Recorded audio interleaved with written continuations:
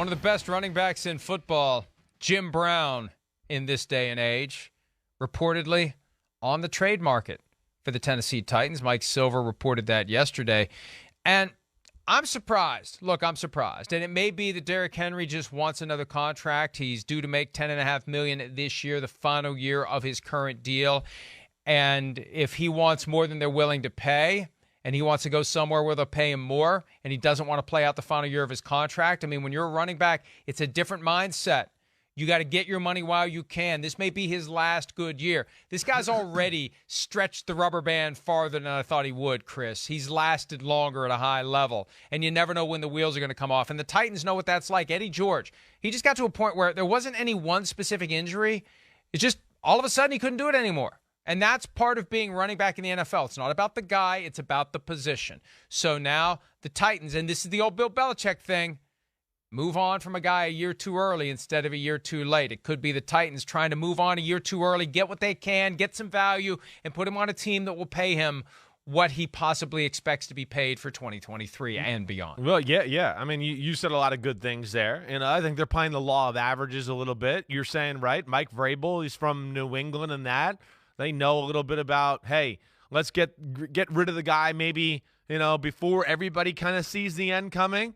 I think when you add it under the double whammy aspect of that is who's their new GM? Oh, Rand Carthon? Oh, he came from the 49ers where they have a platoon of running backs usually and kind of believe in that, So I could see that there. And that seems like, they're trying to refurbish their team a little bit here for the future.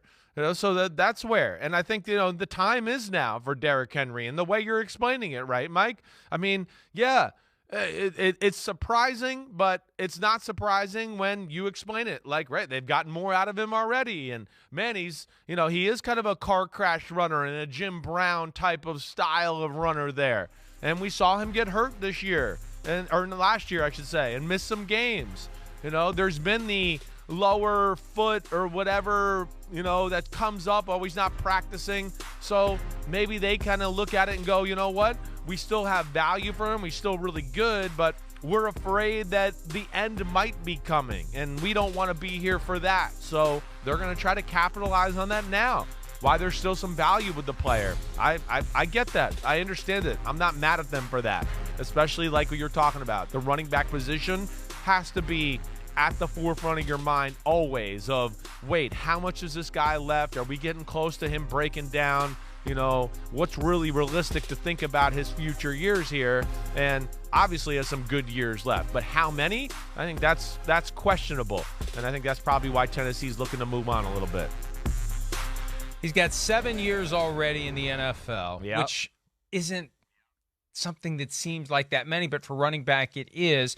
He was used sparingly as a rookie, 110 rushes for 490 yards, 744 in his second year. Remember, he was splitting time with DeMarco Murray, if I recall correctly, early in his career. He was. And then 1,000-yard seasons. 2018, 2019, he led the league with 1,540. 2020 was his best year with 2,027, averaged 5.4 yards per carry. Fell off at, he had 937 yards. We were thinking it might have been a 2,000 a year. Foot injury. Yeah, right. In 2021. And then last year, he still had 1,538 rushing yards.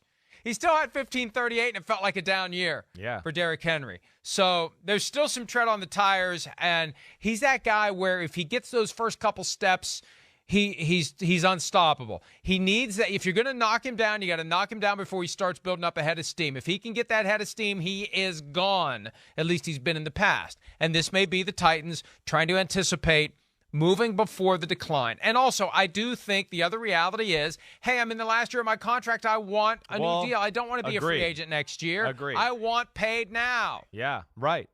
And they probably realize the pressure of that, conversation's only going to mount and get greater for the Tennessee Titans, like we always talk about, right? We talked about this. Hey, running back that's been with a team. You used to bring this up with McCaffrey a lot. They have some success. That was the team they drafted him. Everybody goes, well, wait, how can you get rid of him? He's homegrown talent. He's our guy. We're used to seeing him being the mainstay of the offense. How can you let him go? And the public pressure mounts to such a degree to where you go, damn, all right, I guess we got to sign him to some sort of deal here. So, yeah, they're trying to get out ahead of that. Let alone, I think they got to probably, as special as Derrick Henry is, In that year where, Derrick Henry 2 years ago, he got hurt.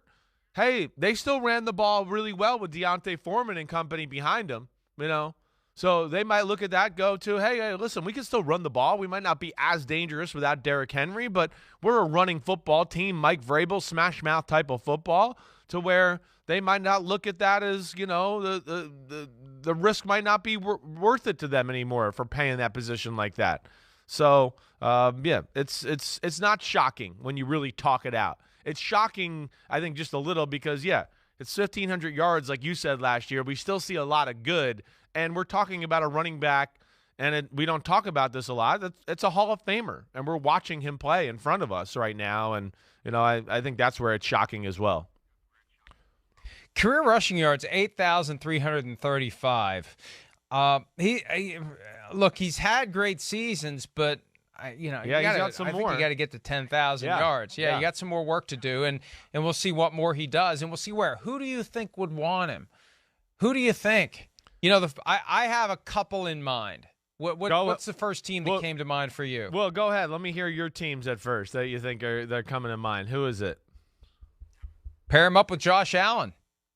I hear you. Or there. Jalen Hurts. Yeah, right. Well, that the Eagles are the one that came to my mind, where you go, well, maybe he'll take a little less to go there, be behind that offensive line, not have to be the focal point of like, oh, we got to run you 25 times a game to win the game. I'm with you there. That was one that jumped out to me right away. After that, I think of run team or teams that are kind of run first. Would Atlanta and Arthur Smith want to bring back and reunite with Derrick Henry? Again, it's a great offensive line. They're going to be successful running the ball. That's the style of football they want to play. I guess those were probably the two that jumped out to my, jumped out in the forefront of my brain to start the conversation, Mike. And you need some star power. You're paying for star power. You're putting asses in seats. Yeah. Even if Derrick Henry is going to begin the decline. You mentioned it earlier. It's the Shaun Alexander factor. The Seahawks got to a point where they had to pay Shaun Alexander even though they didn't want to. And a year later, they were done with him. Right. You have to pay the guy. When you create this workhorse running back where everybody in the stands has his jersey, everybody's got him on the fantasy football team, you have to keep him. And Derrick Henry has provided a great return for the Tennessee Titans.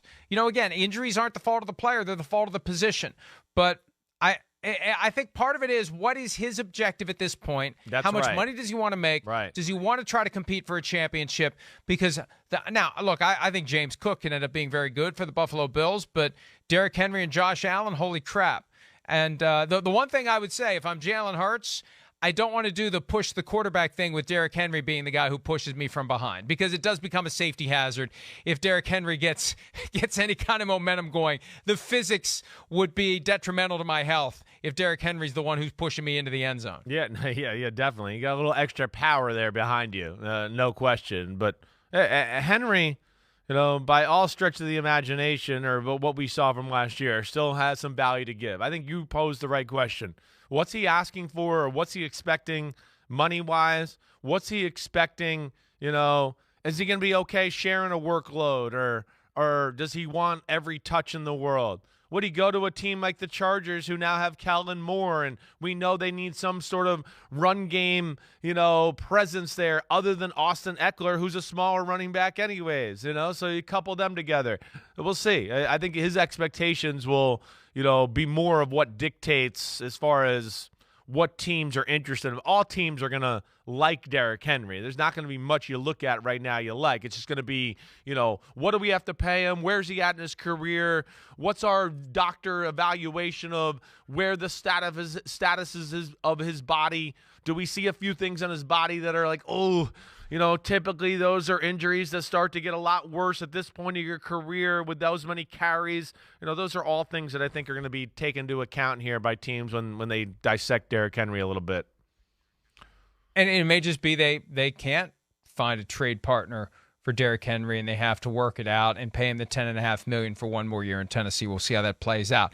Hi, it's Mike Florio. Thanks for watching PFT on YouTube. Hit subscribe for the latest news and analysis from Pro Football Talk.